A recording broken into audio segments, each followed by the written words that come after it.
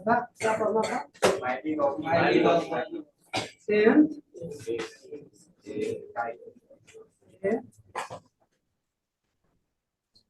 Yes माइलिगो की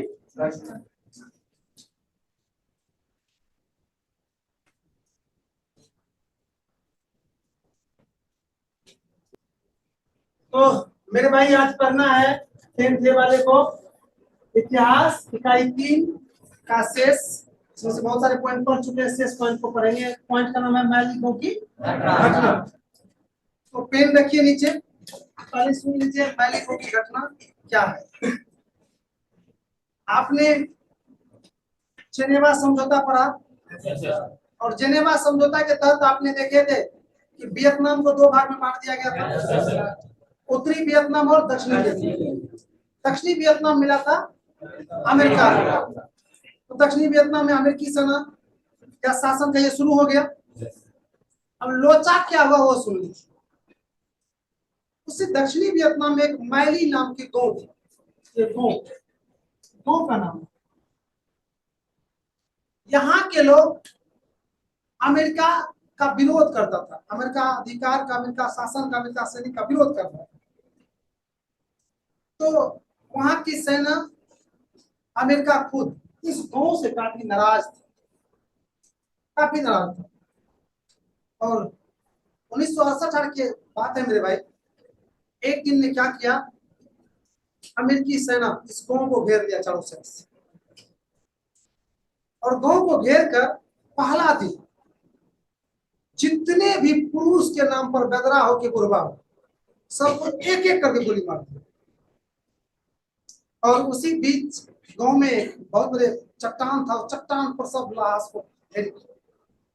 और फिर जितनी भी लड़कियां थी, महिलाएं थी, सबको बंधक बना दिया, और उसके साथ कई दिनों तक सामूहिक बलात्कार। फिर उन्हें भी एक एक करके गोली मार दी। यही घटना क्या कहलाता है? माइलिगो की घटना। और मेरे भाई, इस घटना की आलोचना पूरे दुनिया में हुई। अमेरिका को पूरे दुनिया के लोग धिक्कारा कि आपने बहुत गलत काम किए हैं। तब उस समय अमेरिका के राष्ट्रपति थे निक्सन, और फिर निक्सन ने उस बचाव में आया और बचाव के लिए बहुत काम किया है उन्होंने। आपने इसके बाद वाला पॉइंट होगा निक्सन का 5 सूत्री योजना। उन्होंने 5 सूत्री का भी घोषणा किया था कि इस घटना से जो अमेरिका की पोजीशन नीचे जा रहा था, या अमेरिका की आलोचना हो रही थी, इससे बचने के लिए निक्सन ने 5 सूत्री योजना की घोषणा किया था। लेकिन उससे भी दुनिया वालों ने उसकी आलोचना नहीं माना, अर्थात उससे उसकी भरपाई नहीं हो रहा था, फेल हो गया। फिर जाके 8 सूत्री योजना की घोषणा किया, तब जाके थोड़ा माहौल शांत हुआ। तो यही माइलिगो की घटना कहलाता है, अर्थात यह वियतनाम की घटना है, और अमेरिका के सेना द्वारा किया गया ये घटना का नाम है, जो बड़ी दर्दनाक, बड़ी शर्मनाक कहिए, जो भी किए इस तरह की घटना। और हम इस तरह की घटना कहीं नहीं हो, इसी की कामना करते भगवान से किस तरह की घटना नहीं हो। तो शायद माइलिगो की घटना आपने समझ गए। ऑनलाइन वाले भाई देखो, यहाँ पर भी कितना बच्चे पढ़ रहे हैं, आप लोग आज घर जाके मिस कर दिए हैं। घर भाग जाता है, देखो रे कितना हाँ मिलाकर अभिवादन कर घर पर अभिवादन सरकारी बड़ी लाख है बस नहीं है घर पर छोड़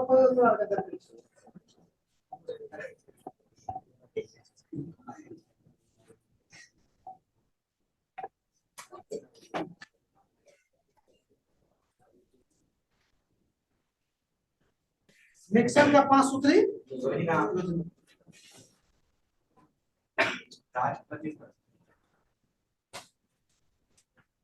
तो सुन लीजिए एक बार, निक्सन का 5 सूत्री योजना। तो सबसे पहले निक्सन कौन थे? अमेरिका के राष्ट्रपति थे। और अमेरिकी राष्ट्रपति, अभी भी आपने माइलिगो की घटना पढ़े, माइलिगो की घटना से जब अमेरिका की आलोचना होने लगी, बुराई होने लगी, तब उस पर पर्दा डालने के लिए राष्ट्रपति निक्सन ने अर्थात अमेरिका के राष्ट्रपति ने 5 को घोषणा किया था। वही 5 घोषणा क्या कहलाया?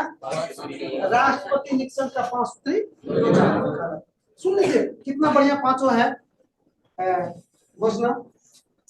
सबसे पहला घोषणा था, निक्सन ने कहा कि अमेरिका की सेना हिंद चीन में जहां है वहीं रुके, और कहीं आपको जाना था ना, नहीं हरकत कोई करना है, मतलब इधर उधर भी नहीं करना, जो जहां है यथा स्थिति में रहे, जिस स्थिति में है उसी स्थिति। पहला घोषणा बहुत अच्छा घोषणा था, इससे ये दुनिया में प्रभावित हुआ कि नहीं, अच्छा घोषणा किया।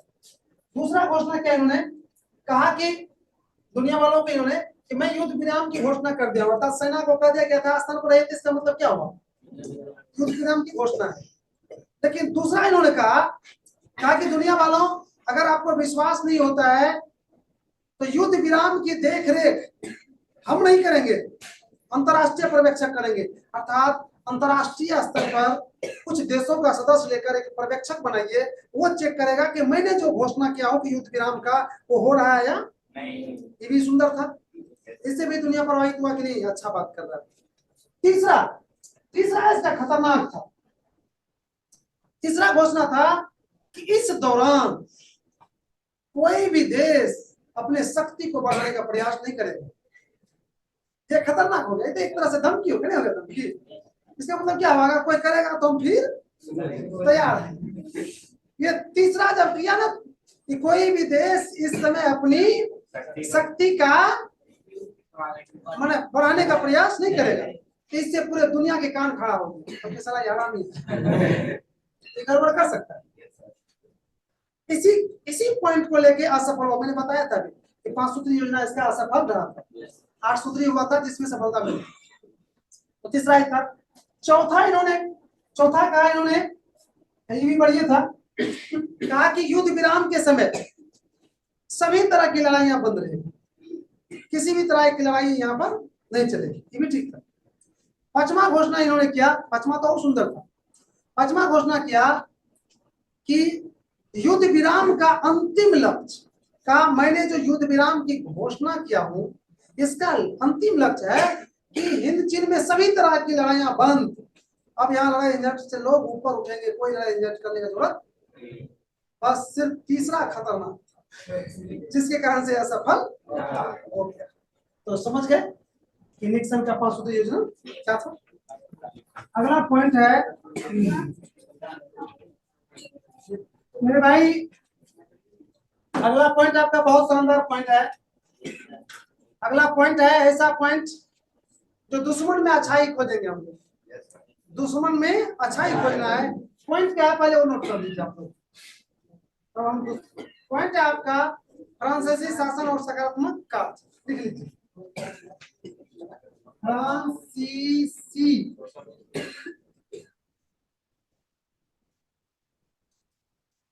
अच्छा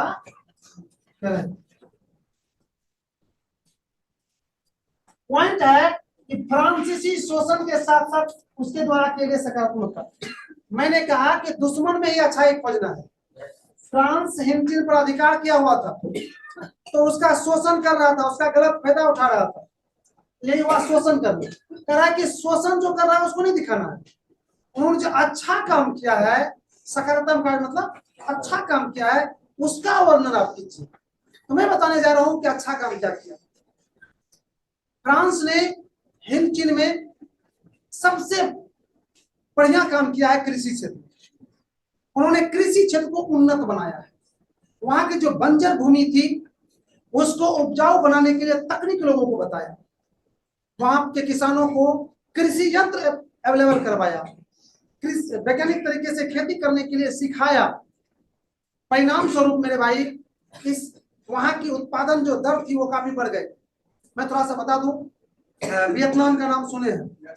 वियतनाम उस समय दुनिया के तीसरा चावल निर्यातक देश बन गया था। इसका मतलब उत्पादन हुआ तब तो निर्यातक देश बना रहा ना। तो इससे ये स्पष्ट हो गया कि फ्रांस ने शोषण तो किया ही, कुछ क्षेत्रों में अच्छा काम भी किया है, जिसमें से सबसे प्रमुख था कौन? कृषि क्षेत्र। समझ में आ गया? अब कृषि क्षेत्र का वर्णन कर दीजिए तो इस पॉइंट का जवाब हो जाता है, दोनों में से दोनों का जवाब हो जाता है।